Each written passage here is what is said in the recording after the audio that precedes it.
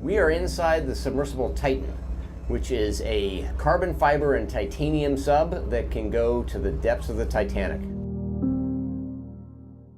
Hi, my name is Stockton Rush. I'm the CEO and founder of OceanGate. Let's take a look at Titan.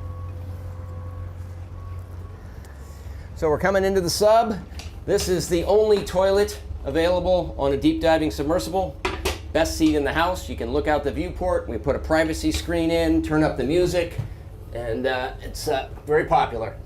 We have our control screen here, our sonar screen here, and we can put any image we want in the back. We've taken a completely new approach to the sub design, and it's all run with this game controller and these touch screens. So if you want to go forward, you press forward. If you want to go back, you go back. Turn left, turn right, go down, go up.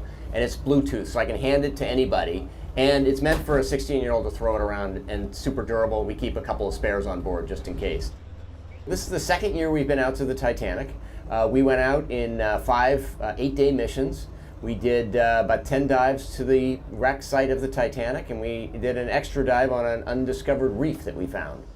Completely privately funded operation, and we're funded by we call mission specialists who help support the mission. So they take quite a bit of money to come and join us. Years ago, the Russians took tourists out to the Titanic, and it was just sort of a look and see thing. We really are focusing on the science around it. We want to document what the wreck is like now, and also try to predict what it'll be like in the future. It's continuing to decay, and it seems to be accelerating. It's being eaten by a bacteria, so it's literally being eaten by the ocean. It's not rusting away. So these things that are called rusticles are actually the byproduct of a bacteria that eats the iron. And as it does that, these decks are collapsing. The promenade deck continues to collapse forward. We saw some of the railing is starting to lose its structural strength, which is really a sad thing. That's when it's going to stop looking like the Titanic.